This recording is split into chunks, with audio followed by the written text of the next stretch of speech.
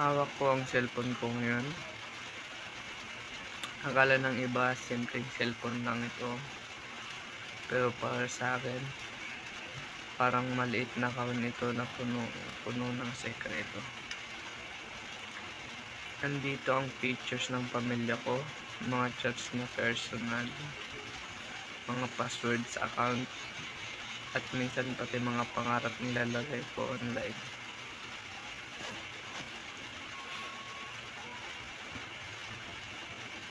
Isang click, isang tap, at isang simpleng allow access, at baka may ibang taong makakita ng lahat.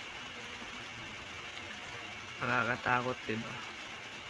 Kasi akala natin safe, pero sa likod ng screen may mata palang nakabantay. Fake password, parang pinto na bukas, public wifi, parang sumisigaw ka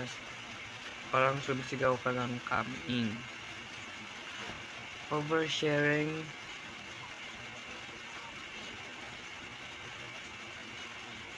parang isinulat mo sa lahat ng sekreto mo, tapos pamigay mo sa hindi mo kakilala. Ganito nakalaki ang mundo ng technology. At ganito rin kalaki ng risk kapag careless tayo.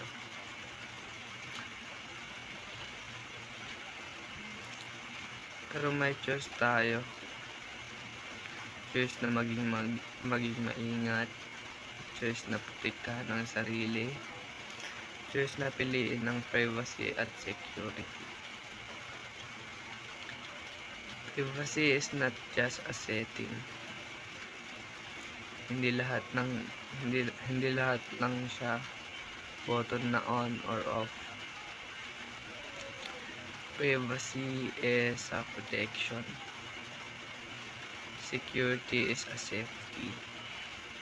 At parehong karapatan natin. Kung kaya kong bantayan ng pintuan ng bahay ko tuwing gabi, bakit hindi ko rin babantayan ng pintuan ng digital life ko? Hindi lahat ng friend request ay kaibigan.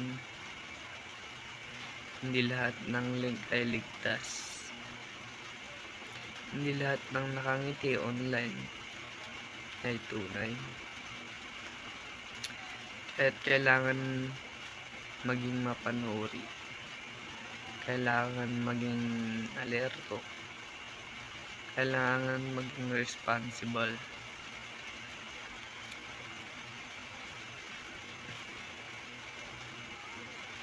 Dito sa maliit na cellphone na ito, hawak ko ang mundo ko. Pero hawak rin nito ako. Kaya piliin kong maging responsible. Piliin kong maging maingat. At piliin kong maging ligtas. Hindi ko hahayaang mawala ang identity ko dahil sa isang weak password. Hindi ko hahayaang masira ang tiwala ng pamilya ko. Dahil nag-click ako ng suspicious link, hindi ko hahayaang maapektuhan ng buhay ko. Dahil hindi ako naging careful, kaya araw-araw mag-ingat ako. Maglalagay ako ng strong password, magiging mapili kung anong ipopost, at hindi basta-basta magbigay ng impormasyon. At sana lahat tayo gawin din ito para mas ligtas, mas secure, hindi lang ako kundi tayong lahat. Remember, don't give the key to someone you don't know.